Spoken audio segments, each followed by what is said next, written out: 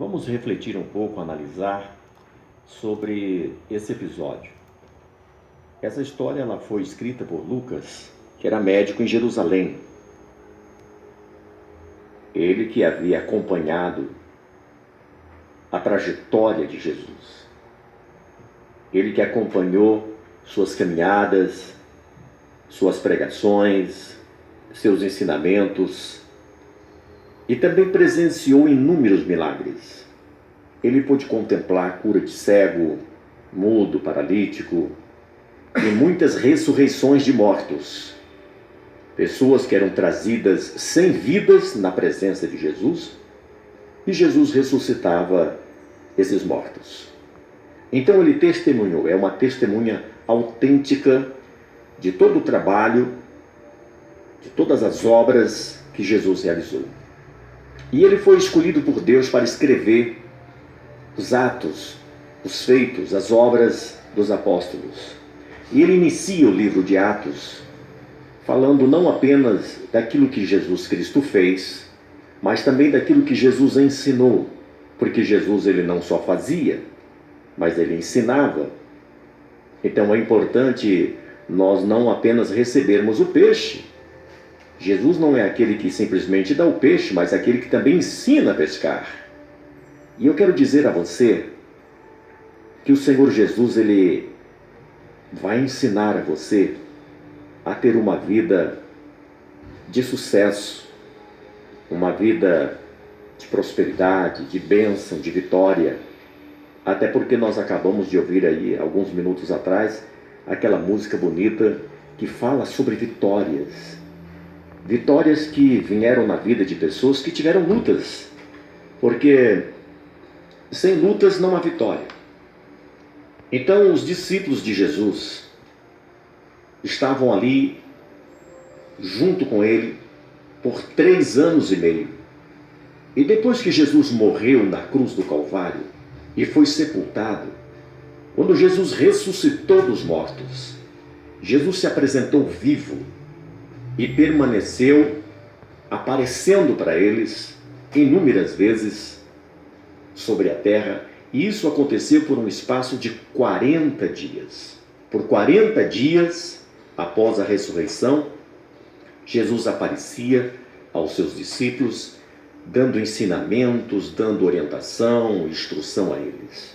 E uma das coisas que o Senhor Jesus Cristo disse para os discípulos foi esta: ficai em Jerusalém, até que do alto sejais revestido de poder, e ser-me-eis minhas testemunhas, tanto em Jerusalém, como na Judéia, Samaria e até os confins da terra. Então a notícia das obras, dos feitos, dos milagres, das curas de Jesus era para ser noticiado, propagado, não apenas em Jerusalém, mas também na Judéia, em Samaria e até os confins da terra. E nós somos aquelas pessoas que podemos dizer que estamos nos confins da terra. Porque daqui do Brasil até a região de Jerusalém são cerca de 24 mil quilômetros. Então nós somos aqueles que estamos do outro lado do mundo, vamos assim dizer. Somos aqueles dos confins da terra. E esta mensagem nos alcançou.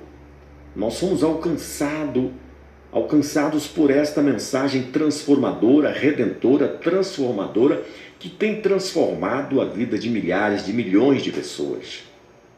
Os ensinamentos de Jesus têm transformado. É Ele que nos ensina o caminho que devemos andar, né? Ele que nos ensina o que devemos fazer. Então os discípulos de Jesus passaram 40 dias após a sua ressurreição recebendo ensinamentos. E o Senhor Jesus passou inúmeros ensinamentos. E um dos ensinamentos de Jesus foi: ide e pregai o evangelho a toda criatura. Quem crer e for batizado será salvo. Isso está registrado em Marcos capítulo 16, do versículo 15 a seguir. Mas o Senhor também deu outro grande ensinamento no Evangelho de São Mateus, capítulo 28, versículo 18 a seguir, quando ele disse: ide e fazei discípulos de todas as nações, batizando-os em nome do Pai, do Filho e do Espírito Santo. São ensinamentos dele. Ele mandou curar os enfermos, ele mandou expulsar os demônios, ele mandou ressuscitar os mortos. Isso tudo de graça. Lá no Evangelho de São Mateus, capítulo 10, você pode encontrar essa ordenância que ele disse: ide, curai os enfermos, expulsai os demônios, ressuscitai os mortos, dai de graça o que de graça recebestes. Então os milagres que o Senhor opera são gratuitos. A única coisa que nós fazemos é usar a fé. Usar a fé. E se você está enfermo, doente, oprimido, perturbado, acredite, tudo é possível àquele que crer. E no final dos 40 dias, depois de ter dado ensinamento, orientação, instrução aos seus discípulos, o Senhor Jesus marcou um encontro com os discípulos no Monte das Oliveiras. Esse monte estava perto da cidade de Jerusalém, cerca de 1 quilômetro. E foi exatamente naquele monte, no monte chamado Monte das Oliveiras, que Jesus havia se reunido por inúmeras vezes. Era um local bastante conhecido, pois muitas vezes os seus discípulos haviam se reunido com ele ali. Era um lugar conhecido de todos. E ali estava os 11 discípulos, exceto Judas, porque Judas havia naufragado a sua fé. Judas Iscariotes, ele havia vendido o seu mestre, traído o seu mestre. Em consequência disso, ele cometeu suicídio. Em outros programas posteriores, nós iremos comentar e falar sobre o suicídio de Judas. Mas hoje nós queremos falar sobre a ascensão de Jesus, o momento que ele sai da terra e sobe aos céus. Então ali, em cima do Monte das Oliveiras, os discípulos em volta de Jesus dando as últimas orientações, dando os últimos ensinamentos, de repente, os discípulos perceberam que os pés de Jesus se levantaram do chão e que o seu corpo por inteiro estava levitando. Ele estava subindo. E ele começou a subir. E os discípulos foram acompanhando essa subida com os olhos. E ele foi levantando, foi sendo erguido, não tinha nada embaixo dos seus pés, nem do lado, nada em cima lhe puxando. Ele estava subindo, subindo, e ele foi subindo até chegar nas nuvens dos céus. E uma nuvem ocultou dos olhos dos discípulos. E os discípulos continuaram ainda olhando para o céu por um bom tempo. De repente, 2 varões de branco, ou seja, 2 homens vestidos de branco, se acamparam ao redor dos discípulos. Eram anjos de Deus. E aqueles anjos disseram aos discípulos: varões galileus, por que estáis olhando para o céu? Este mesmo Jesus que dentre vós, da mesma forma como vocês viram ele ir para o céu, da mesma forma ele também voltará. Então a Escritura diz que os discípulos voltaram para Jerusalém e se reuniram num cenáculo. Nesse cenáculo estavam os 11 discípulos e estava Maria, mãe de Jesus, e outras mulheres. Era um grupo de cerca de 120 pessoas.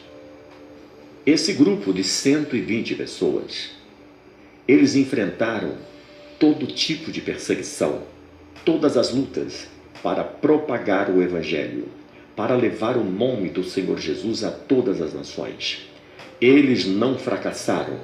É por isso que hoje nós estamos aqui. Esses 120 que estavam ali naquele cenáculo, quando receberam o Espírito Santo de Deus e começaram a falar em outras línguas, foram cheios da graça, cheios do Espírito Santo. Eles tiveram coragem de enfrentar as ameaças, as perseguições, as defamações, todo tipo de perseguição. Eles enfrentaram. E eu quero dizer a você que está acompanhando o nosso programa, não importa o tipo da perseguição que você está enfrentando, tenha fé. Tudo é possível àquele que crer. Aquele que crer verá a glória de Deus. Quem sabe você que está nos ouvindo pelo rádio, nos acompanhando pela internet, nos acompanhando pelo YouTube, você também está sendo vítima de perseguição. Alguém está te caluniando, alguém está fofocando a seu respeito, alguém está tentando puxar seu tapete, destruir você. Não desespere. Não há mal que dure para sempre, e nunca é tarde para ser feliz, pois assim dizia o Cristo Redentor: bem-aventurados sois vós, quando vos perseguirem e mentindo disserem todo mal contra vós por minha causa, alegrai-vos, regozijai, porque é grande a sua recompensa no céu, porque assim perseguiram os profetas que foram antes de vós. Então, se você for perseguido por causa da sua fé, você deve estar alegre, se alegrar, porque você vai ter recompensa. Não desista, não abandone a sua fé, porque Deus tem uma grande vitória para entregar nas suas mãos.